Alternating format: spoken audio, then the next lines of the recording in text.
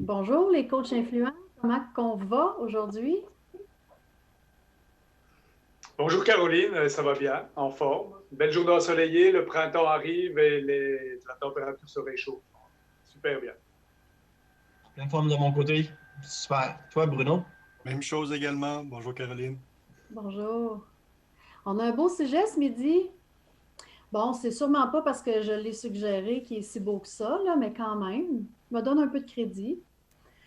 En cette nouvelle saison que nous vivons maintenant depuis 6, 7 semaines, hein, je crois, où à chacun à notre façon, on a eu à s'adapter, à continuer d'avoir nos relations professionnelles, mais d'une façon complètement différente, notamment sur Zoom, comme on expérimente présentement. J'avais envie de partager avec vous les trucs qu'on a certainement développés au cours des dernières semaines, peut-être consciemment, peut-être inconsciemment. Comment qu'on fait pour se donner l'impression à nous qu'on est vraiment en personne?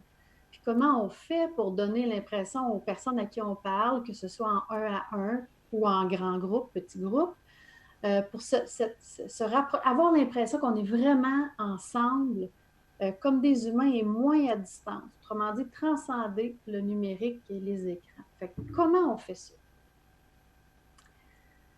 Je vous laisse Ben, réfléchir. je peux me lancer si vous voulez, avec ma petite expérience développée au cours des dernières semaines. Moi, je pense que, premièrement, il faut d'abord être convaincu soi-même que c'est possible de le faire, d'abandonner un peu le présentiel habituel pour se dire, bon, ben, à travers l'écran, je peux au moins, je sais pas, au moins, porter un message, partager une espèce de ressenti, mais il faut d'abord que je sois convaincu moi-même que c'est possible de le faire parce qu'il y a les perceptions qui sont importantes et je pense que si à l'écran, j'ai l'air que je suis convaincu et que j'y mets mon cœur, mon énergie, ma passion, même si ultimement je regarde une petite caméra, je pense que ça va être aussi ressenti. Donc, il y a l'aspect paradigme, croyance au départ qui doit partir de nous-mêmes. Par la suite, ben, s'assurer technologiquement qu'on puisse quand même le réaliser. Mais c'est un des premiers points. Puis je lance aussi le débat un petit peu par rapport à cette introduction-là, de changer nous-mêmes notre croyance dans la conviction que c'est possible. Alors, si tu permets, Alain, je vais prendre la balle au bon. Alors, moi, je trouve intéressant la question, Caroline, parce que j'ai l'impression qu'on se met une barrière avec l'écran, alors que c'est pas si différent que ça du présentiel, parce qu'on se rappelle tous même des rencontres qu'on a pu avoir en présentiel où on avait l'impression que la personne était totalement absente, même si elle était présente physiquement. Donc, il y a des éléments, moi, en tout cas, de la réflexion que j'en ai par rapport à ça, c'est qu'avant de communiquer ou avant d'ouvrir une communication en virtuel, au même titre qu'en présentiel, je me pose la question sur c'est quoi mon intention pour cette rencontre-là.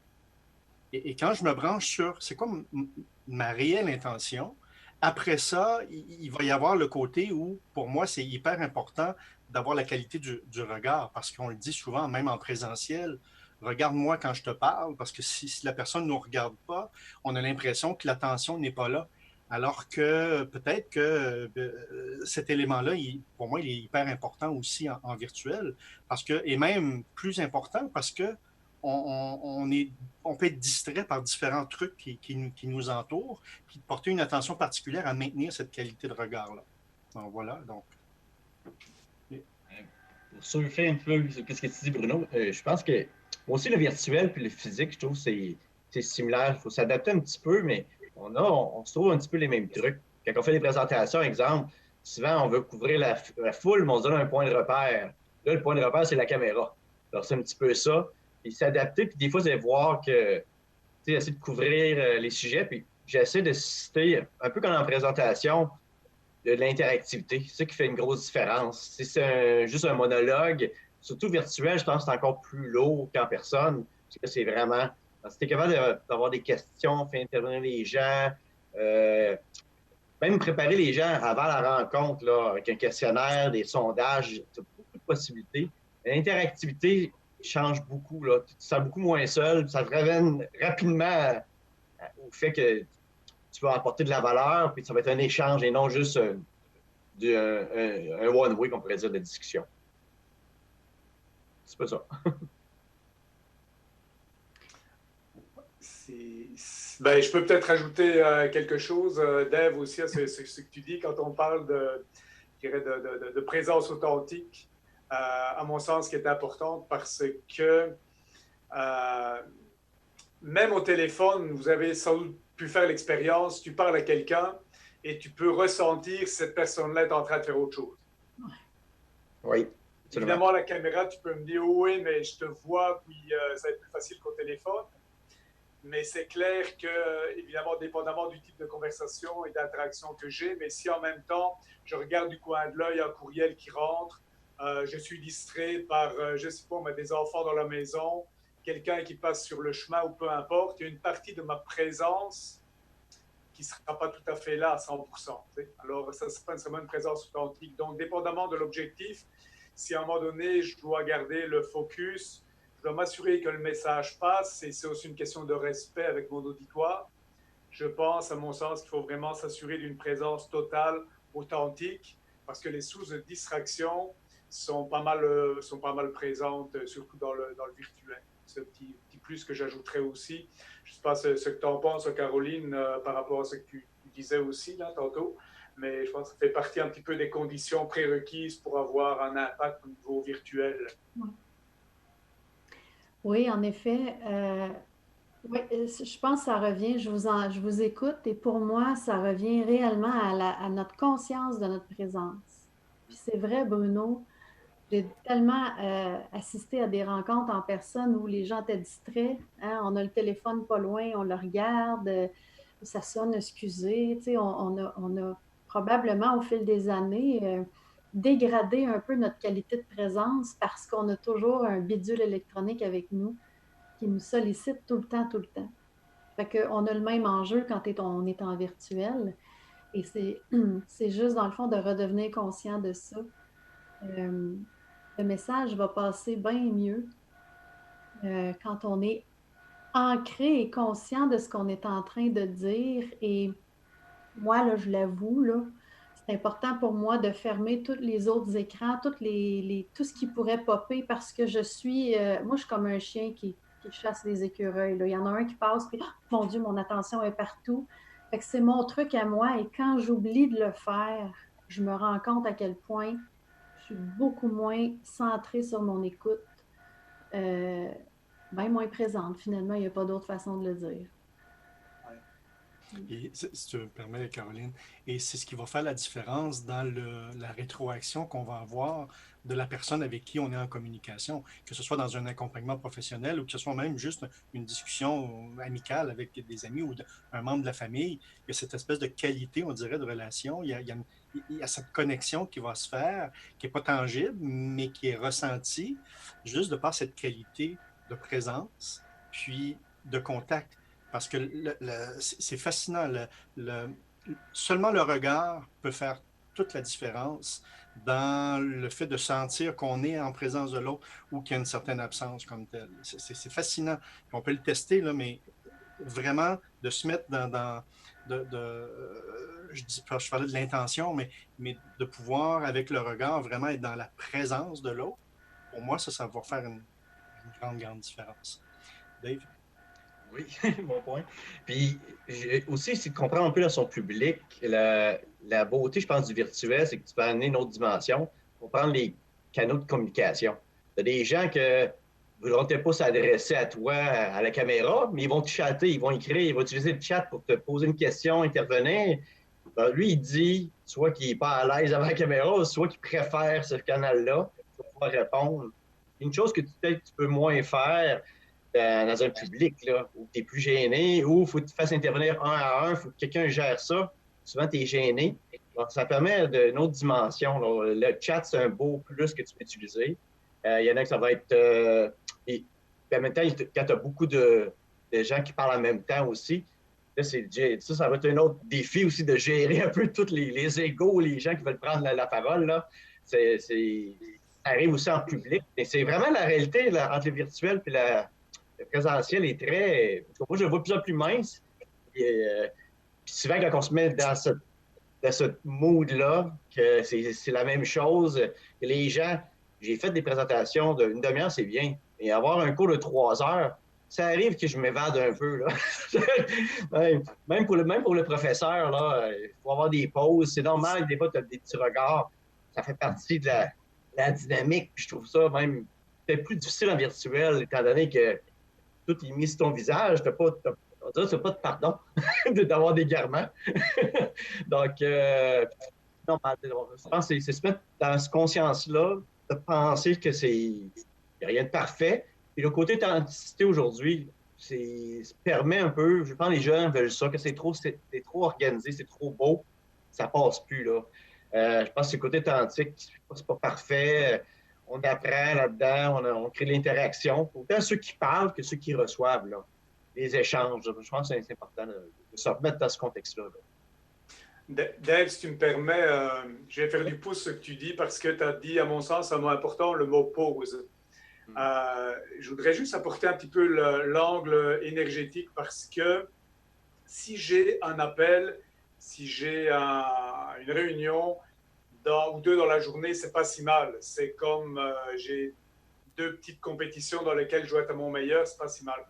Mais si je fais du télétravail et que j'enfile les rencontres, les coachings, peu importe, tout au cours de la journée, la gestion de l'énergie va être importante parce que ce n'est pas vrai que je peux être à mon meilleur si je ne gère pas bien mon énergie. Deuxième point important, c'est que la plupart du temps, dans le télétravail, je suis assis versus éventuellement dans une journée régulière de travail en présentiel, je marche, je m'assieds, je quitte mon bureau, je rencontre du monde et tout, une espèce d'énergie, de mouvement que je n'ai pas nécessairement en télétravail si je suis assis la plupart du temps. Et de manière pratico-pratique, c'est prouvé que le cerveau, même s'il fait 2 à 3 % du volume du corps, consomme 20 % d'oxygène et de glucose. Ça veut dire que si je reste assis trop longtemps, mon métabolisme de base va chuter. Et c'est très insidieux parce qu'à un moment donné, je peux être déshydraté d'abord, je ne bois pas assez, et 1% de déshydratation impacte mon rendement de 17%. Ce qui veut dire qu'au total, à un moment donné, dans ma journée, en termes de présence, je vais être moins bon, je vais être moins là parce que mon énergie globale n'est pas juste physique, aussi émotionnelle et même intellectuelle, elle ne sera pas nécessairement au rendez-vous tout le temps. Donc l'importance, à un moment donné, de bien la gérer, de prendre des micro-pauses, de se lever, de prendre une collation, de boire, etc. à l'intérieur d'une journée. Et ça, c'est important et souvent, c'est sous-estimé ou méconnu parce que là, je suis assis devant mon écran, puis je suis capable d'enchaîner rencontre après rencontre. C'est un leurre et ça va être important à un moment donné, pause, récupération, puis là, je repars un petit peu comme un entraînement ou un enchaînement de mini-sprint, si je peux dire. Et si tu permets, juste pour finir, ouais. Surfer encore sur ton dire, je suis en train de magasiner justement un bureau assis debout. Parce que quand je fais des présentations, on me le demande assis ou debout. Je vais être debout. Mon énergie est là, mon assurance est là. Et là, je trouve ça long. Je suis assis, je ne me contiens pas. J'ai besoin de me mettre debout. J'ai besoin, puis je trouve que c'est pas moi à être assis. Mais je pense que c'est une solution pas intéressante qui peut être qui est de plus en plus en vogue, mais qui n'est pas juste une tendance, je pense. Ça va perdurer. Caroline? Il y a aussi, j'ai pas peut-être pas autant de connaissances biomécaniques que toi, Alain, là, mais je crois que la façon d'être assise aussi, assise, ça va changer. C'est si, en bon québécois, on commence à... Là, le message que j'envoie à mon cerveau, c'est beau, tu peux lâcher ta vigilance. Puis là, ben, le corps au complet, ça fesse un peu. Moi, j'ai remarqué qu'en fin de journée, quand ça fait plusieurs rendez-vous en écran que j'ai, et mon Dieu, on dirait que j'ai la colonne en marshmallow. Il faut que je me parle, il faut que je sois consciente, je me redresse. Je vais marcher un peu aussi. J'ai redécouvert le plaisir de marcher en parlant au téléphone parce que bien que 90% de mes rencontres soient sur Zoom devant un écran comme ça, j'ai encore quelques petites rencontres au téléphone. Puis mon Dieu, ça me fait du bien. J'aurais jamais cru penser ça de ma vie, que le téléphone, ça serait mon sport. Parce que je peux marcher chez moi pendant que je suis au téléphone. Alors, oui, parce que sinon, j'avais une grande, grande fatigue mentale à la fin de la journée. Là. Les premières semaines COVID, là, mon Dieu. J'étais vraiment, je ne sais pas pour vous, messieurs, mais moi, j'étais fatiguée, vidée de l'écran, là, énormément. Je trouve ça intéressant puis important ce que tu mentionnes, Caroline, parce que Autant avec ce qu'Alain mentionnait au niveau de la gestion énergie, autant Dave, quand tu mentionnais, effectivement, on a tendance, quand on fait une présentation, on va être debout. Là, moi aussi, assis, c'est pas la même chose. Puis, tu as tout à fait raison, Caroline, parce qu'après des heures et des heures, où faisons juste le fait de rencontrer plusieurs personnes, ou exemple, en coaching, mais la dernière personne que je vais rencontrer de la journée, ben, elle a droit à la même qualité d'énergie, de contact que la première personne. C'est pas à elle à payer pour le fait que j'ai peut-être mal géré mon énergie ou faire en sorte que je me sens un peu mal parce que vous savez, la fameuse expression ça va bien aller, ben ça va bien aller, hein? Bon, ça passe pas pareil. Donc, c'est ma responsabilité de me connaître suffisamment à savoir qu'est-ce que moi, ça me prend. Parce que, Alain, l'énergie que toi, tu as besoin ou ce que tu as besoin pour créer de l'énergie, c'est pas nécessairement les mêmes éléments que moi. Caroline non plus, c'est pas la même chose que tu as besoin.